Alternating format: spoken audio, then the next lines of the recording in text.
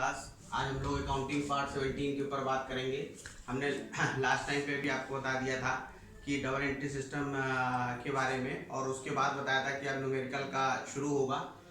आज हम लोग बड़ा इंपॉर्टेंट पार्ट है ये पार्ट 17, क्लासिफिकेशन ऑफ अकाउंट, क्योंकि इसी के बेस अब सारा न्यूमेरिकल है।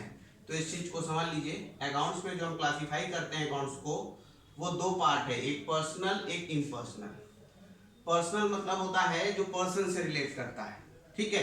हमारे यहाँ अकाउंट में तीन तरह के पर्सन हैं, एक नेचुरल, एक आर्टिफिशियल और एक रिप्रेजेंटेटिव। नेचुरल मतलब वो जिसको भगवान ने बनाया, जैसे मोहन, श्याम, राम, कुछ भी, जैसे मोहन है, निर्मला है, कोई भी। आर्टिफिशियल जिसको हमने बनाया और पर्सन का दर्जा दिया, ठीक है। जैसे SGFC हो गया, बैंक का नाम, कोई इंस्टीट्यूट का नाम, कोई कॉलेज का नाम, ITC कंपनी है वो। रिप्रेजेंटेटिव होता है जो रिप्रेजेंट करता है, जैसे कैपिटल किसको शो करती है, अपने मालिक को, ठीक है। आउटस्टैंडिंग सैलरी किसको शो करती है, जिसको सैलरी अभी नहीं मिली है, ठीक है। तो ये है तीन तरह के हो गए, नेचुरल, आर्टिफिशियल और रिप्रेजेंटेटिव। रूल इसका क्या है, debit the receiver, credit the giver.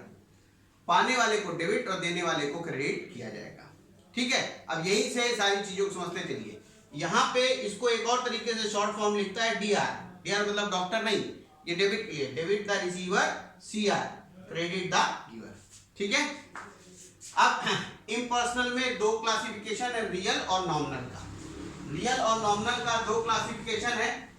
Real जो होता है, जैसे ये किसी व्यक्ति के लिए होता है, ये सारी संपत्तियों के लिए लगता है, ठीक है। जितनी भी वर्ल्ड में संपत्तियां हैं, जो भी आप समझ सके, ठीक। इसके दो पार्ट है, टेंजिबल और इनटेंजिबल। टेंजिबल मतलब होता है जिसको हम टच कर सकते हैं, देख सकते हैं, कैश है, फर्नीचर है, स्टॉक है, कुछ भी है। और इनटेंजिबल वो है जो दिखती नहीं लेकिन जिसकी वैल्यू हम लोग अकाउंट्स में मानते हैं, जैसे गुडविल है, पेटेंट है, कॉपीराइट है, ट्रेडमार्क है, ये सब, ठीक है। रूल क्या है, rule 2, debit what comes in. जो भी आ रहा है आपके बिजनेस में उसको डेबिट करिए, और जो बिजनेस से जा रहा है उसको credit, credit what goes out, ठीक है। ये दूसरा बड़ा landmark rule, golden rule of accounting है ये, ठीक। इसके बिना अकाउंट्स में आप जीरो हैं। इसको चाहे याद कर लीजिए, चाहे समझ लीजिए, जैसा भी आपको सही समझ में आए। इसको अप्लाई कैसे करेंगे वो अभी हम नेक्स्ट वीडियो में बताएंगे। थर्ड पे आते हैं नॉमिनल अकाउंट। व्यक्ति हो गया, संपत्ति हो गया, उसको छोड़कर सिर्फ हानि और लाभ बचता है पूरे विश्व में, ठीक है। तो जो भी बचा उसके लिए ये रूल है। ऑल एक्सपेंसेस एंड इनकम ये लगता है। रूल 3 क्या है, debit all expenses and losses. जितने भी एक्सपेंसेस एंड लॉसेस है उसको डेबिट कर दीजिए, credit all income and gain. जितने भी इनकम और गेन है उसको क्रेडिट कर दीजिए, ठीक है। तो ब्रॉडली 3 रूल हो गए, एक पर्सनल का, एक रियल का और एक नॉमिनल का। पर्सनल का rule debit the receiver, credit the giver.